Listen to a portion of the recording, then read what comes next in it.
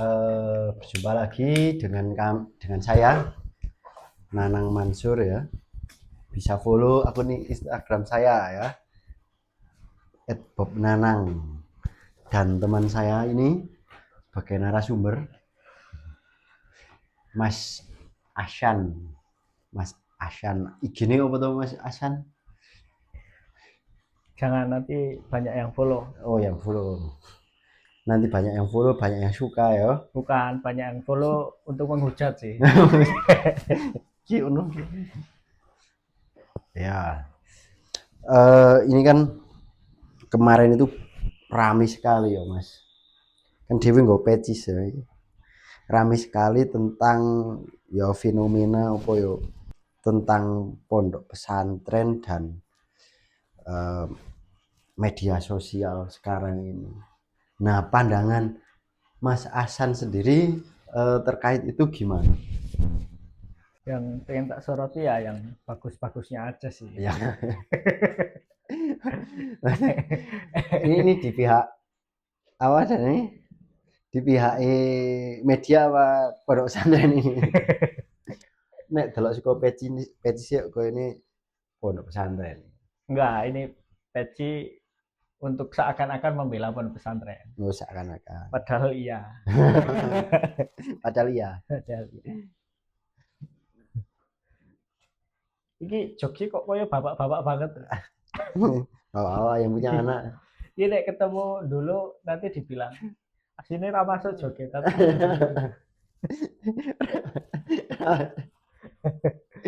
Raya bu. ya jauh. Ya sebenarnya kemarin tuh saya pengen berkomentar soal itu ya, soal pesantren Lirboyo, di mana ada beliau Kiai Anwar Mansur yang viral gara-gara salah satu media trans 7 lah kita sebut aja yang bikin konten dan narasi tentang pesantren Lirboyo yang di kesannya adalah dijelek-jelekan. Pertama saya ingin membaca itu sebagai sebuah fenomena yang terjadi pada umumnya media sosial saat ini, di mana konteks saat ini ketika orang sudah bisa akses media sosial dengan segitu bebasnya, kan orang mau berkomentar soal apa aja kan bisa. Misalnya kita mau komen presiden, mau komen pejabat, mau komen pesantren, mau komen kiai, tidak ada semacam hierarki antara norma siapa yang layak dihormati dan enggak. Kalau kita bertatap muka langsung, misalnya kita sama orang tua, kan biasanya masih ada kayak hormat, masih rotor rapena segala macam. Tapi dalam konteks media sosial, siapapun kamu, kadang misalnya IG lah, kita lihat komentar di IG, kita nggak lihat dia siapa, yang penting kita nggak setuju, kita bantah segala macam. Nah, kita melihat itu sebagai semacam demokratisasi hak untuk berbicara ya. Semua orang bisa berbicara apapun, kadang tanpa batas sama sekali. Itu konteks media sosial saat ini yang mengaburkan hierarki antara orang yang di bawah dan enggak. Nah, itu berlaku di banyak kasus, termasuk bagaimana seorang kita yang mungkin orang awam biasa berhadapan dengan seorang kiai. Nah, dalam ruang-ruang semacam itu, media sosial juga media-media seperti Trans TV atau influencer atau segala macam itu bisa berkomentar apapun gitu soal kiai bahkan pejabat presiden segala macam. Mereka nggak lagi punya batas rasa tidak enak atau hierarki dia nggak lebih unggul daripada yang lainnya, sehingga menjadikan orang ngerasa biasa-biasa aja. Nah, kenapa pada akhirnya kok media itu berani speak up soal pesantren, budaya pesantren tentang bagaimana cara menghormati kiai? itu bisa kita anggap sebagai kumpulan dari, misalnya ada kasus seperti Mamak Gufron yang orang sudah banyak menghujat segala macam kan, dikatakan apa namanya orang gila lah atau dibully sebegitunya. Terus ada kasus-kasus lain, misalnya narasi tentang penceramah ustadz yang menggunakan apa namanya narasi mitos seperti surga neraka, terus keunggulan seorang Habib segala macam, yang itu justru jadi bahan bulian oleh para netizen kan, karena nggak masuk akal gitu loh, sampai bisa memadamkan api neraka. Itu kan bagi orang modern saat ini itu kan nggak masuk akal. Dan banyak komentar yang menghujat hal-hal itu, dan orang yang mengkonsumsi komentar-komentar semacam itu merasa kayak, oh iya ya, berarti emang nggak bener ya kayak gini. Nah, kasus-kasus bagaimana oknum-oknum orang yang dekat dengan agama atau agamawan yang unik-unik seperti itu, yang lucu-lucu seperti itu, yang nggak masuk akal seperti itu kan semakin banyak. Dan kecenderungan orang sesuatu yang viral itu karena dia unik kan. Misal kayak pesantren harusnya agamawan itu orang yang soleh, orang yang alim, tapi dia malah nyeleneh. Itu kan menjadikan unik dan gampang viral. Nah, konsumsi media sosial itu kan hal-hal yang viral. Berarti yang unik-unik yang didelok.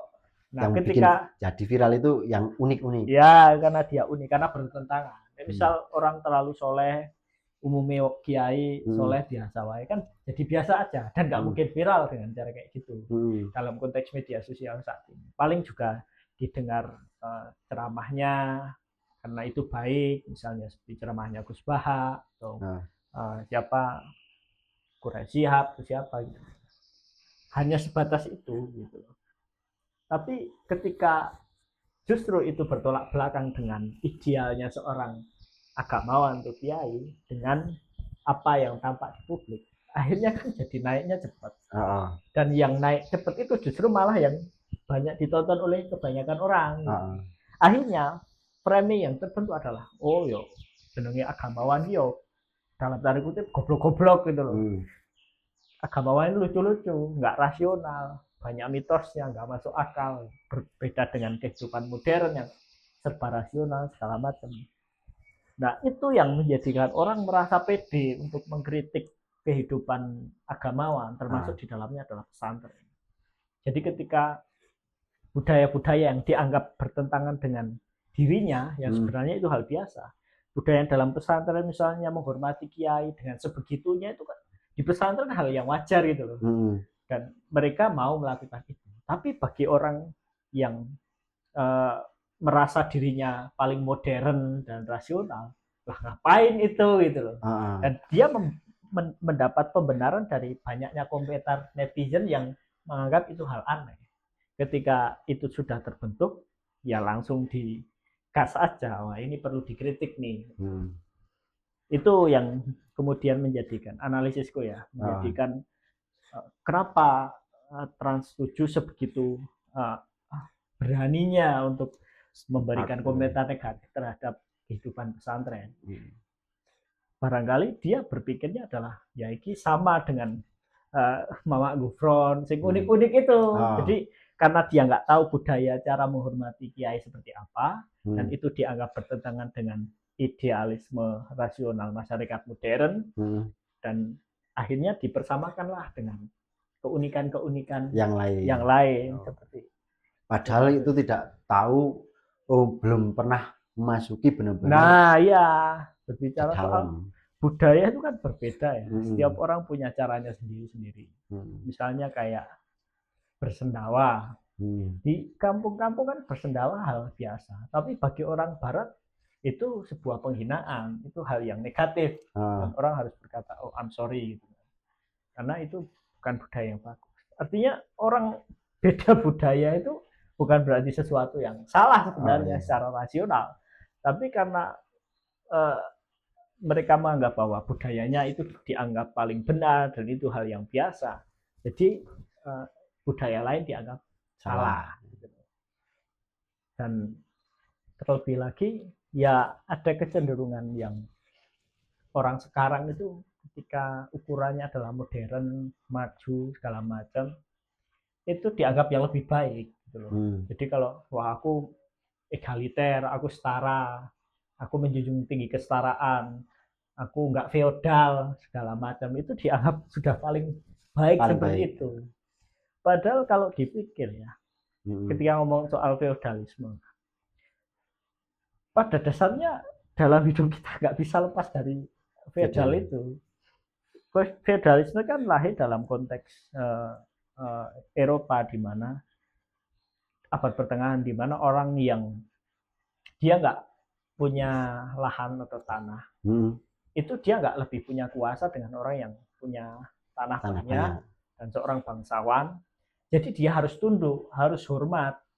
Jadi feodalisme itu adalah penghormatan seorang yang dianggap tidak setara dengan orang yang punya tanah itu.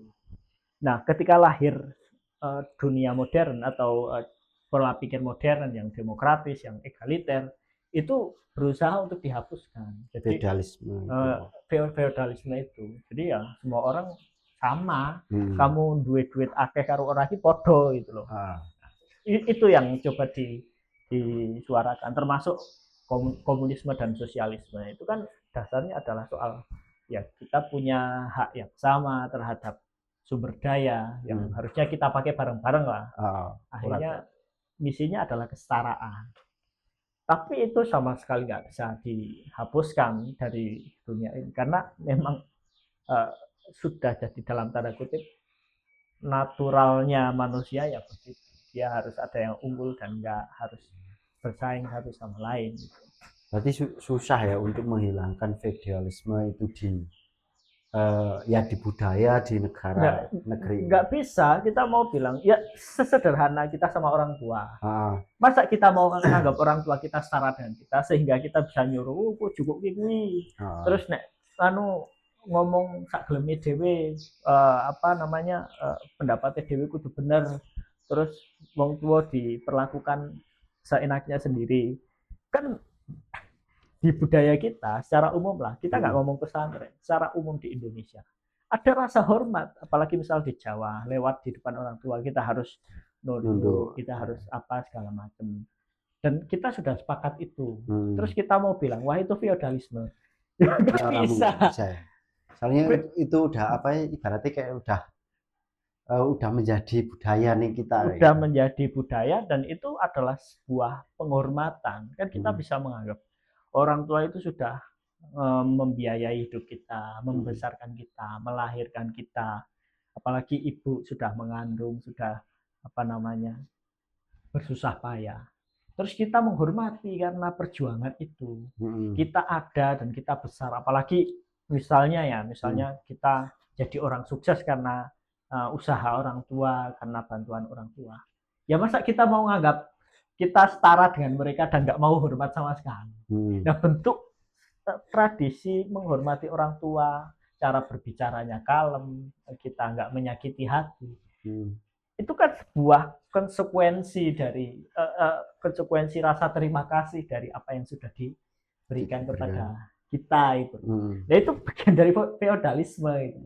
Cuman memang niatnya adalah kebaikan. Misalnya feodalisme kita menganggap setara orang yang punya duit dan enggak, itu sama aja.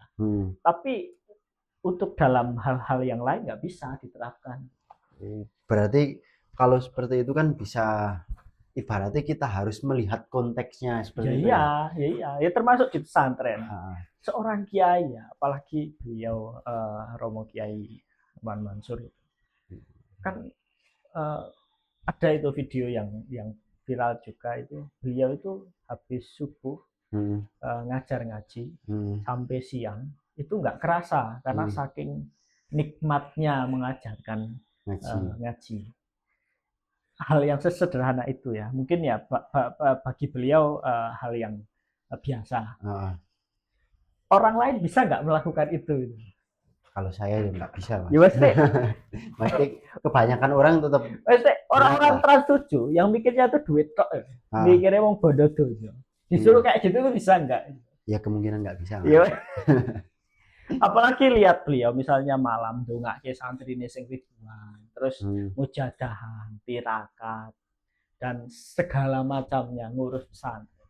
Terus ada orang yang mau menghormati beliau dengan cara ngasih bisaroh kayak atau apa. Ah. Itu kan sesuatu yang bisa dimaklumi dan Hmm. memang kita sebagai orang yang dibantu dengan segala macam yang beliau lakukan itu kan hal yang wajar kan. Yang wajar ya. Masa kita nggak mau menghargai perjuangan beliau? Hmm. Terus ada orang yang nggak tahu apa-apa, Hmm. yang kehidupannya mau mikir donya tok, Hmm. sing dipikiri mau bondo donya, perekonomian segala macam, yang nggak ada kepedulian sama orang lain. Terus nyinyir dengan beliau yang seberjuang itu Ah. sing dongake. Bahkan aku punya kepercayaan bahwa Indonesia bisa aman, nggak terjadi bencana. Hitungane sapa? Ya para alim, para ulama itu. Ini nggak bisa diterima ya untuk orang-orang yang nggak percaya dengan doa, yang nggak percaya dengan apa namanya kontribusi para ulama di dalam. Apalagi misal sekarang orang ya moralitas anak muda zaman sekarang ini. Wong duwe pacar ki ora karuan ora ngaran nek deknen ki sih perawan. Ini sesuatu yang bisa dipahami untuk saat ini ya. Terus peran pondok pesantren yang mendidik agar anak muda tetap di jalan moralitas yang benar. Siapa lagi kontribusinya kalau bukan para kiai, para ulama yang mendidik kita untuk tetap pada jalan yang benar. Nah, orang-orang kayak di transisi itu bisa mikir kayak gitu apa enggak? Orang-orang yang aku modern segala macam itu bisa mikir kayak gitu apa enggak? Kalau kita mau sepakat itu sebagai sesuatu yang tindakan yang amoral, ya siapa yang akan membentengi itu? Ya para kiai, para ulama itu ya, mendidik anak-anak di pesantren. Berarti penting banget peran kiai ya, untuk iya, ya negara itu. ini ya. Ya iya, maksudnya kalau kita mau bilang ya sekolah penting sih, tapi sekolah itu aku pikir nggak terlalu cukup untuk benar-benar memberikan apa namanya ya masalah kasus kemarin yang rokok terus malah kepala sekolahnya dikeluarin. Dan tentu saja banyak kasus-kasus lain misalnya Nyon Sewu sing hamil di luar nikah. Sekalipun pondok pesantren nggak bisa menjamin, setidaknya kalau ada anak di pesantren itu terjaga itu daripada dia yang di luar itu loh. Dan itu salah satu kontribusi penting pesantren ya. Ini ya semuanya tetap banyak faktor yang mempengaruhi. Tapi apakah hal negatif? Orang misalnya punya budaya sendiri di pesantren, cara menghormatinya ala pesantren sendiri. Dan yang paling penting adalah santrinya mau kok menghormati kiainya dengan cara seperti itu. Lawang liya ngopo nyinyir gitu. Iya, dan dengan sadar ya. Iya, dengan sadar kita ikhlas kok dengan beliau yang berjuang sebegitunya. Kita ikhlas kok cara penghormatannya seperti itu. Bahkan ya, kalau aku sendiri dengan beliau yang sebegitunya, aku dunyowo tak lakoni nek. karena tahu betapa berjuangnya beliau. Dan di videonya kan dibilang, wah mobilnya bagus-bagus, mobilnya aneh. Kalau aku itu belum seberapa dengan perjuangan yang diberikan kiainya. Nek mau ngono ganjarane ning langit saka Gusti Allah itu ya akeh timbang ngono anu. Nah, cara berpikirnya orang modern itu kan sekedar orang-orang yang aku modern ya, sekedar wah itu dikai Alphard, iku wis kanu. Oh, iku ra guna ning ngarepe kono. Ning ngarepe ganjarane Gusti Allah akeh. Terus dibilang sarungnya harga 12 juta. Ya itu tuh dikasih sama orang-orang yang takdim sama beliau diberikan. Masuk dhewe nyogok presiden arep dadi pejabat wae ditompo. Maksudnya ki apa ya ra mikir? Kenapa bukan itu yang dikritik di media sosial, di media itu. Orang-orang yang menghormati pejabat, menjilat sampai ada presiden lewat aja kita sorak-sorak. Berasa apa jenenge lihat artis aja seneng. Nah, ada orang yang menghormati kiainya, dia malah dinyinyiri. Itu nggak masuk akal itu. Menghormati dengan cara ngasih juga. Cara ngasih. Kita juga nggak minta kan kayak seperti itu. Dari pihak kiainya juga nggak minta. Ya mungkin ada kiai yang memang njaluk-njaluk segala macam sing oknum-oknum lah seperti itu. Ya tetap kita kritik kan. Tapi lihat delok sopo nih. Ada istilah falasi itu hasty generalization, bahwa kesalahan satu orang dianggap bahwa semuanya salah.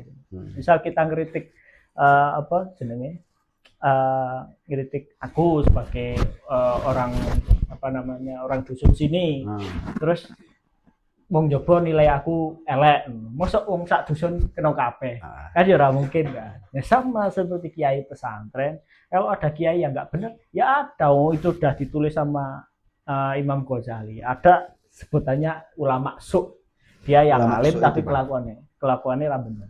Di ulama su itu ulama sing alim tapi tidak benar. Alim secara pengetahuan dia punya, secara wawasan punya, tapi kelakuannya ra benar. Itu ada, itu fakta, itu ada. Tapi apakah semua ulama begitu? Apakah ukurannya hanya karena beliau naik mobil terus dianggap sebagai ulama su? Jadi tidak boleh menjelaskan apa yang itu sesat logika, secara pikir aja sesat.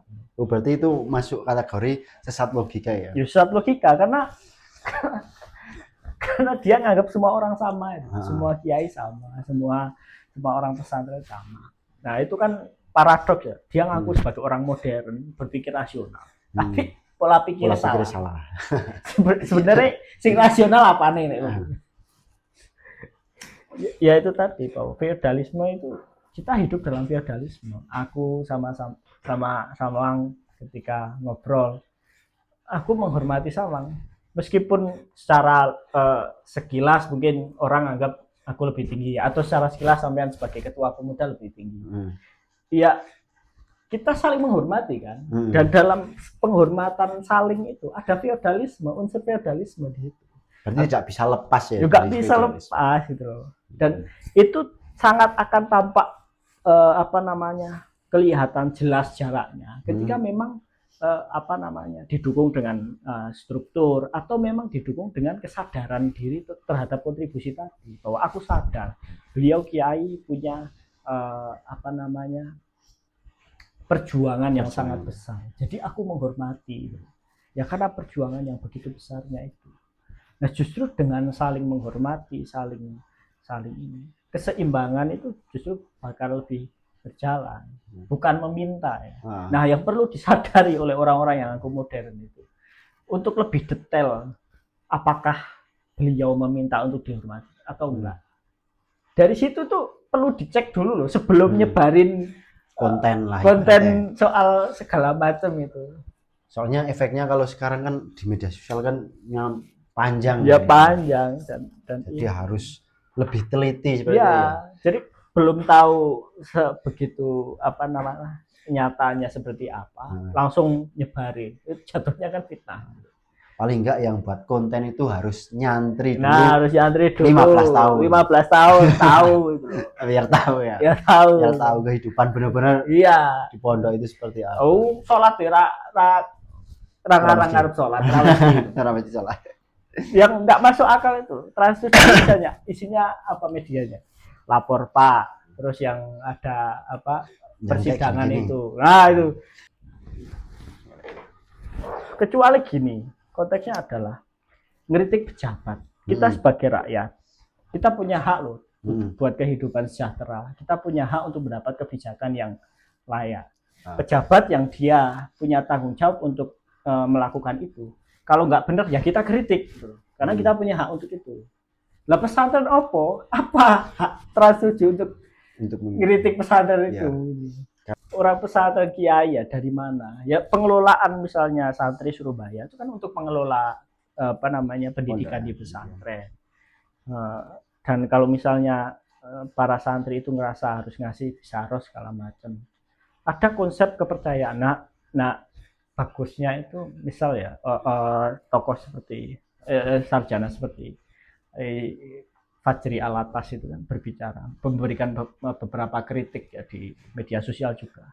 Ya seorang antropolognya tahu bagaimana melihat perbedaan budaya dalam konteksnya masing-masing itu.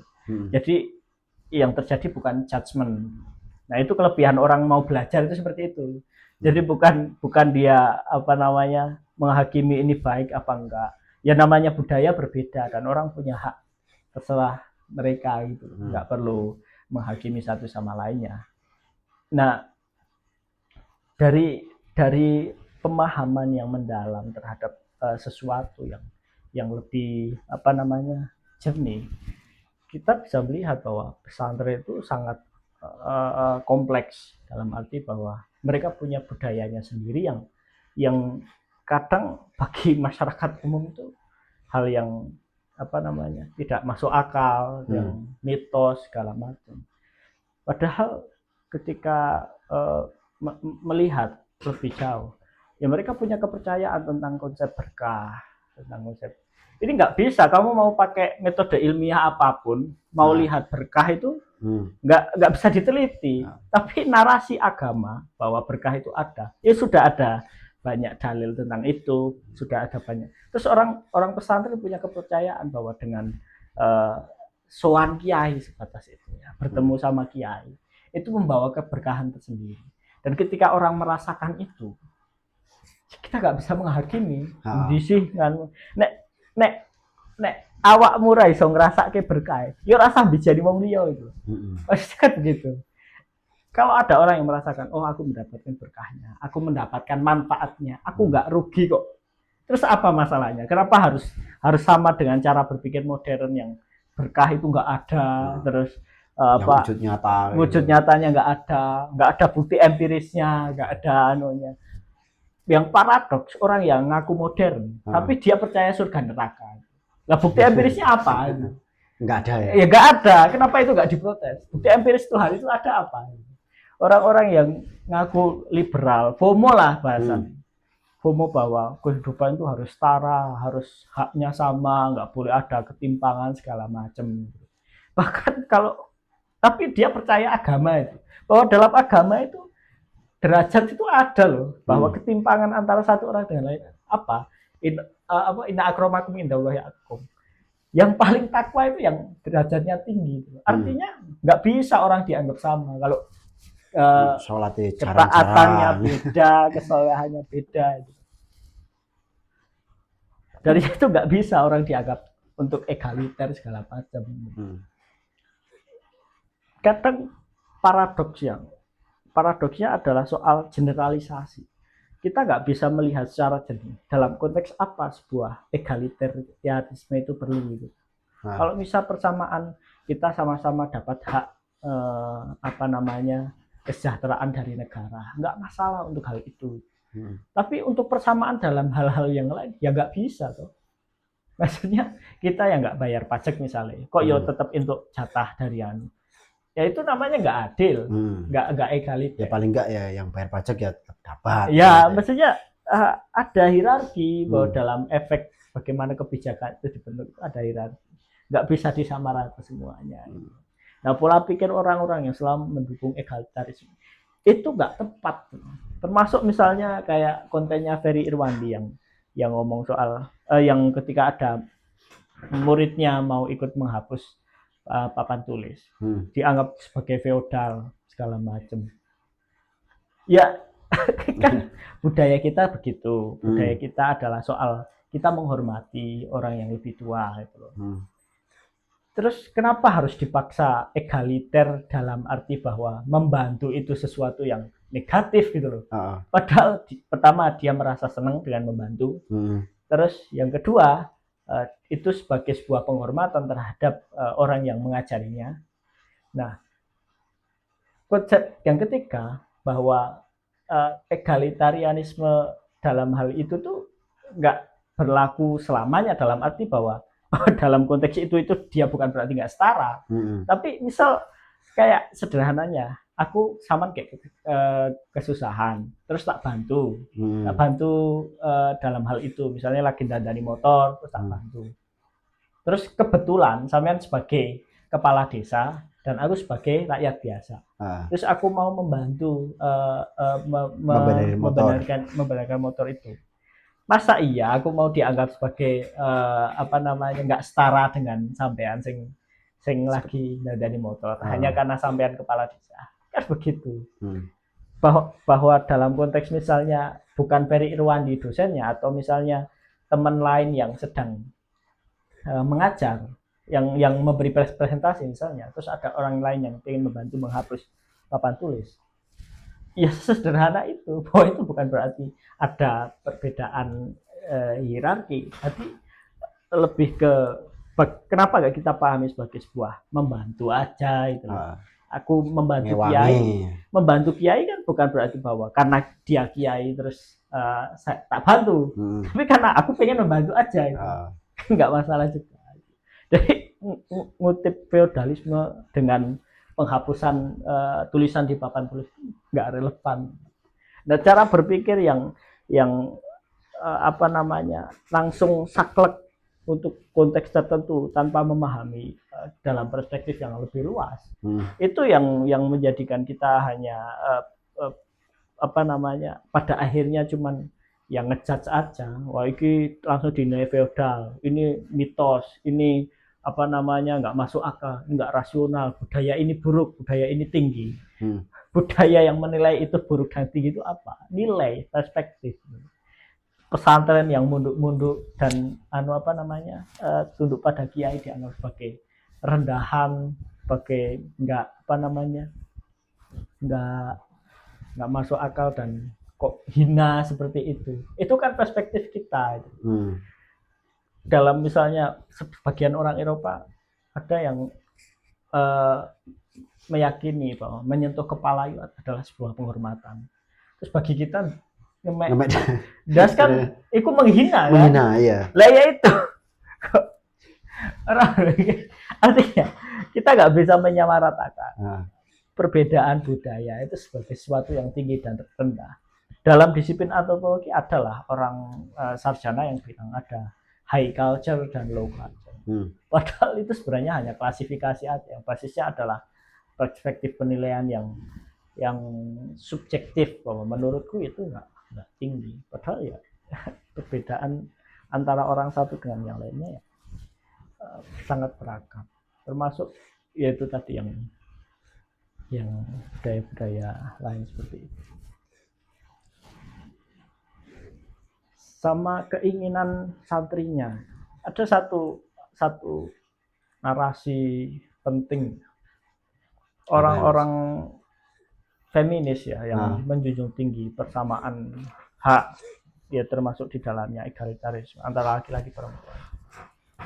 Di Barat itu pernah berpikir bahwa perempuan di Timur Tengah itu dia ditindas, dia nggak punya kebebasan sama sekali. Dia sangat terkungkung segala macam. Terus seorang sarjana namanya Sabah Mahmud meneliti di Mesir, gerakan Islam konservatif di Mesir, meneliti para perempuannya, membuktikan apakah benar sih mereka itu sama sekali tertindas. Setelah diulas, dia menemukan bahwa ada unsur agensi atau unsur pemberdayaan diri di dalam diri perempuan yang katanya itu tertindas. Jadi orang-orang yang para perempuan ini yang dia dianggap nggak bisa apa-apa, ternyata dia bisa memberdayakan dirinya untuk melakukan diskusi, membahas soal politik, membahas soal masalah-masalah keislaman, dan dalam bingkai ketaatan, bahwa aku tuh taat sama Tuhan. Karena aku taat sama Tuhan, aku peduli dengan masalah yang ada di dunia. Jadi mereka punya bukan sebagai seorang yang pasif gitu loh. Mereka punya keagenan yang aktif gitu loh. Nah, unsur ketertindasan yang dinarasikan oleh para feminis Barat ini nggak tampak di situ gitu loh. Nah, itu yang kemudian ditunjukkan oleh si Sabah Mahmud. Ada agensi yang disebut sebagai, bukunya kan judulnya Politics of Piety, bahwa di dalam kesolehan para perempuan ini yang dianggap sebagai taat beragama dan nggak bisa ngapa-ngapain, itu ada unsur politiknya, punya dampak secara politis secara luas di dalam konteks politik masyarakat Arab waktu itu. Bahwa Bisa jadi perubahan yang terjadi secara politik di dunia Arab itu juga berkat keagenan para perempuan ini yang menggerakkan. Ya sekedar misalnya mendidik anak untuk taat atau enggak, untuk berdaya atau enggak. Ya peran para perempuan ini. Dan bukan berarti bahwa perempuan ini enggak bisa ngapa-ngapain dan mereka enggak setara dengan laki-laki. Mereka punya kebebasan dalam ruangnya sendiri. Nah, artinya bahwa mereka itu nggak terkungkung, mereka melakukan itu dengan sadar, dengan kesadaran rasional mereka secara perspektif mereka sendiri. Nah itu yang terjadi di juga dalam konteks pesantren, bahwa orang pesantren itu mau tawaduk sama kiainya. Itu kan kesadarannya, oh aku mau minta berkah, mau minta didoain, mau minta tambahan ilmu, mau bisa bermanfaat. Dan caranya adalah perspektif semacam itu dalam ruang logikanya sendiri. Ya nggak bisa disamakan dengan yang lain. Pola pikir modern yang itu konteksnya berbeda. Jadi kita itu sering FOMO, apalagi masyarakat sekarang ya. FOMO soal wah ini modern, cara mikirnya adalah harusnya itu yang bebas, nggak boleh terkungkung, nggak boleh ngikut agama yang nggak rasional segala macam. Ya silahkan, tapi jangan memaksa orang lain untuk berpikir seperti itu. Jangan memaksa orang lain yang dia merasa nyaman dengan kehidupan itu untuk tidak berpikir seperti itu, untuk berpikir dengan cara yang dia lakukan. Ya kalau orang pesantren ngerasa nyaman dengan itu, kenapa harus dipaksa dengan hal-hal yang lain gitu loh? Kenapa harus dipaksa dengan itu? Ya sama kayak tadi kasus para perempuan Muslim di Mesir itu. Kalau mereka merasa nyaman dengan ketaatan, ketundukan terhadap aturan agama yang ada, ya nggak usah dipaksa untuk berpikir seperti orang Barat yang dia harus melawan, harus segala macam. Kenapa harus dipaksa seperti itu? Nah sama juga, aku ingin membahas soal itu juga, soal kecenderungan untuk berpikir maju, modern segala macam. Ada satu buku menarik yang ditulis oleh John Perkins, itu dia mantan economic hitman istilahnya di Amerika sana. Dia itu menulis buku hasil pengalaman dia sebagai economic hitman. Economic hitman itu adalah orang yang punya peran di dalam politik antar negara, geopolitik antar negara. Jadi dia punya peran untuk ngeruk duit Amerika itu kan ketika Arab Saudi lagi naik-naiknya karena minyak, Amerika berusaha untuk ngeruk uang yang ada di Saudi itu dengan cara nawar ke program-program segala macam. Nah, economic hitman itu tugasnya untuk itu, negosiasi. Nah, cara yang paling yang salah satu cara yang digunakan adalah memframing bahwa negara maju itu, negara yang modern maju itu adalah negara yang infrastrukturnya bagus, yang berkembang segala macam. Nah, narasi itu disampaikan ke Saudi pada akhirnya Saudi berusaha untuk membangun negaranya. Caranya dengan apa? Ya nyewa Amerika untuk membangun itu negara nih. Jadi mereka berpikir bahwa negara maju adalah negara yang infrastrukturnya bagus, yang fasilitasnya terpenuhi. Akhirnya ya sampai sekarang efeknya ada jam dinding tinggi di samping Ka'bah itu, ada bangunan-bangunan mewah di Saudi, yaitu efek dari bagaimana Amerika menggunakan melancarkan narasi modern. Padahal kalau kita analisis lebih jauh, kenyamanan itu kan bukan soal dia harus modern dan maju ya. Misalnya orang di pedalaman, mereka dibawa ke kota, disuruh hidup di kota dengan kehidupan yang begitu glamornya. Masa iya dia jadi merasa nyaman? Ya susah ya Mas. Ya, dia perlu adaptasi, perlu berproses segala macam. Padahal di kehidupan di desanya dia merasa nyaman-nyaman aja. Tapi orang sekarang dipaksa untuk berpikir bahwa kita harus membangun desa, Oh. kita harus seperti di kota, Kota. seperti di kehidupan modern. Hmm. Itu kayak narasi pemaksaan bahwa kita harus sama seperti mereka. Yang untung siapa? Ya para pebisnis yang ya. mau bangun desa itu. Gitu. Ya. Dan kadang saya juga gini Mas, kayak kalau melihat desa itu kayak rumah-rumah juga kan, kalau di desa-desa sekarang udah berubah. Ya. Kayak secara budaya, adat itu udah berubah. Itu gimana? Apakah itu adalah salah satu misi dari? Ya, kalau misi secara langsung enggak, tapi itu efek dari apa yang itu sudah dilakukan oleh pihak Amerika lewat economic hitman itu, menarasikan itu. bahwa kehidupan yang baik adalah kehidupan yang modern dengan infrastruktur yang bagus. Harusnya kita punya identitas kita sendiri lah. Ya termasuk itu yang menggerus budaya-budaya kita, budaya Jawa ya. Bahwa wah itu ritual-ritual nggak guna, ngapain sih kayak gitu. Ya pernah ada teman saya ngomen soal jaranan gitu. Ritual jaranan tuh ngapain sih, nggak penting juga itu. Nah, siapa yang harus menganggap bahwa itu punya dampak secara sosial atau apa, maksudnya dalam arti pengertian teknologi atau apa kan? Bandingannya adalah itu. Daripada untuk kesenian kayak gitu kita mau belajar teknologi, belajar untuk apa segala macam. Padahal efek teknologi juga itu nggak sederhana. Misalnya ya, kita punya teknologi kendaraan atau mobil atau motor. Dulu kita nggak punya, kita jalan kaki. Jalan kaki sehat nggak? Kalau dibanding dengan naik mobil, sehat mana? Ya jalan kaki. Nah, orang itu jadi semakin, dalam perspektif itu, orang jadi semakin lemah. Dia nggak olahraga, mungkin orang bisa cari alternatif lain. Tapi dengan hadirnya teknologi, secara nggak langsung, kita jadi manusia lemah. Jadi mageran, arep tuku mangan we GoFood, Shopee Food, harus menggunakan media online. Kita kan jadi nggak ngapa-ngapain. Jadi ketergantungan juga ya. Ketergantungan. Orang dulu zaman manusia purba itu kekuatannya sangat gede. Mereka survive loh di hutan, berantem sama binatang buas, berburu. Karena daya survivalnya kuat, mereka manusia jadi kuat. Tapi kehadiran teknologi kan sederhana, memudahkan kita untuk segala macam. Kita mau pergi mudah, mau ini mudah, mau apa namanya pesan makanan mudah. Bahkan untuk bertani, berdagang difasilitasi semua. Jadi kita semakin nggak ngapa-ngapain. Nah itu yang menjadikan sebenarnya menggerus diri kita. Nah konteks narasi masyarakat modern yang lebih baik itu sebenarnya juga efeknya ke situ. Teknologi itu efeknya dari situ.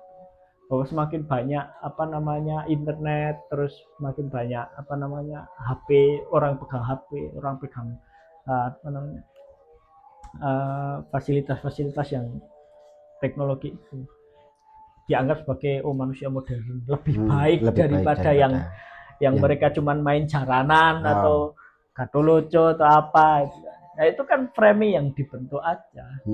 Padahal sebenarnya kita yang menikmati itu, kita yang merasakan nyaman dengan itu. Ya kenapa harus digusur dengan cara berpikir seperti itu? Berarti kayak istilah kayak menghilangkan jati diri kita itu. Ya bisa aja, sangat mungkin. Karena efek dari teknologi itu, budaya-budaya kita jadi semakin tergerus. Melemah kayak itu ya. Melemah, kita jadi nggak peduli lagi dengan itu. Kayak istilah kayak sekarang kan kayak kasus apa di sosial media. Tren sesuatu lah itu akan membentuk pola pikir kita dan kayak orang bisa cerai dan lain-lain kayak gitu kan. Menurut Hasan gimana itu? Ya itu ya termasuk sih, itu kan itu isu lain sih soal bagaimana media sosial itu memframing keinginan kita. Keinginan hasil dari respon impulsif dari luar kan. Kalau kita konsumsi apa, kita jadi pengen apa. Nah keinginan masyarakat dusun itu kan dulu nggak aneh-aneh. Ya pengen apa di bojo di gawean wis. Saya ini pengen jadi influencer, pengen edit akeh, pengen kaya raya. Itu efek dari teknologi itu juga. Keinginan kita jadi berubah. Keinginannya jadi neko-neko. Nah masalahnya kadang repotnya kalau saya ditonton siapa, kemampuan kita seperti apa. Beda. Akhirnya orang ya mohon maaf, orang jadi lari ke judi online, pengen cara cepat, main apa namanya, ya begitu-begitulah. Rujukannya Timothy Ronald. Ya ambles nek ngono kuwi. Sing. Dari ya kita harus melihat semua aspek. Kita seberapa keras kita berjuang, seberapa banyak akses kepada sumber daya itu. Itu harus jadi pertimbangan. Enggak cuman motivasi, kamu bisa, kamu harus bekerja keras. Urusannya bekerja keras, mbok kira wong tuane dhewe ra kerja keras. Kerja keras Ya kerja banget. keras. Nyatane yo. Siang malam. Nyatane yo. Ya ada yang sukses, yang ada yang enggak itu kan. Enggak bisa jadi ukuran loh. Kamu kerjanya tidur siang, kamu tidurnya harus apa namanya, jangan banyak-banyak gitu. Ya banyak faktor yang mempengaruhi itu. Kalau secara sederhana yang dilihat seperti itu, ya nggak mungkin berhasil. Kira-kira apa sih? Menurut Mas Hasan itu gimana? Maksudnya kayak istilah kesimpulan lah, kesimpulan dari perbincangan kita ini, maksudnya tentang pondok pesantren, tentang media, tentang cara kita menghadapi gempuran media. Maksudnya kan kayak gempuran media ya istilahnya. Gempuran media, terus kita agar budaya kita itu tetap bisa terjaga dan lain-lain itu gimana menurut? Ya kalau soal tadi soal apa namanya pesantren itu, ya itu langsung tertuju ke medianya aja. Ya kalau mau memberikan apa menyampaikan konten, ya dianalisis lebih dalam dulu. Kalau enggak nanti jatuhnya fitnah. Seringnya kan begitu. Apalagi itu media besar dan ya kadang kita kalah dengan duit sih, dalam arti orang yang mikir duit kadang nggak mikir soal pendidikan. Jadi kalau mikirnya sudah duit aja, kedonyan bahasannya. Kedonyan. Iya, mau tujuan kedonyan. Itu kan edukasinya apa? Ning lapor Pak itu. Hiburan tok kan isi. Ya hiburan tok kan. Jadi kalau itu iyalah, kalau yang soal pesantren tadi apa fungsinya? Mau mendidik apa? Ya kalau mau mendidik ya dilihat dulu lebih jauh. Biar nggak jatuhnya gitu. Ada banyak riset-riset, ada banyak penelitian yang bisa dilihat lebih jauh. Ngajarin orang untuk cara berpikir benar. Kan basisnya situ. Bukan hanya sekilas. Kelemahan media sosial kan konten sekilas langsung diangkat, sekilas diangkat. Ya kalau blunder ya efeknya nggak panjang. Iya betul. Yang selanjutnya soal teknologi itu tadi. Ya teknologi itu bagus tapi kita harus punya jati diri dalam arti prinsip lah. Kita harus punya prinsip. Selagi itu memang membantu dan untuk kebaikan kita ya nggak masalah.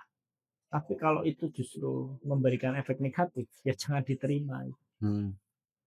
Ya hal-hal seperti hanya konsumsi konten tapi dia nggak memproduksi itu kan punya dampak negatif. Kita jadi konsumtif aja atau kita jadi konsumen aja. Kita nggak bisa jadi produsen. Tidaknya dengan konsumsi kita menciptakan sendiri. Dan soal jadi kita bukan harus pasif lah. Kita bukan orang yang dikontrol sama orang yang punya apa namanya kuasa di situ. Kan media sosial sangat kontrol banget. Kamu algoritmanya dibentuk seperti ini, kamu disuruh suka sama hal ini aja. Kan efeknya kita jadi nggak bisa apa-ngapain. Kita jadi terpacu di situ. Terus soal budaya, ya kita harus punya rasa bangga dengan budaya kita. Anak sekarang tuh lebih bangga jadi penggemar idol K-pop daripada jarang. Misal. Iya. Budaya K-pop daripada budaya kita sendiri ya. Mereka tahu nggak bagaimana leluhur kita itu membangun peradaban, membangun kebudayaan dan segala tarian-tarian tuh kan kita nggak kalah kan. Ya nggak kehabisan lah. Ada jaranan sekarang. Kenapa yang dipilih malah tarian para K-pop? Mungkin ini teman-teman ini adalah pandangan dari Mas Hasan ya, pandangan tentang fenomena yang terjadi pada minggu-minggu ini. Semoga bisa bermanfaat bagi teman-teman semua. Amin, Dan amin. dan jika ada kesalahan kata atau sepatah dua patah kata, kami hanya manusia biasa Ya. dan kebenaran hanya milik Allah Subhanahu wa taala. Mungkin itu saja dari kami. Kami ucapkan wassalamualaikum warahmatullahi wabarakatuh.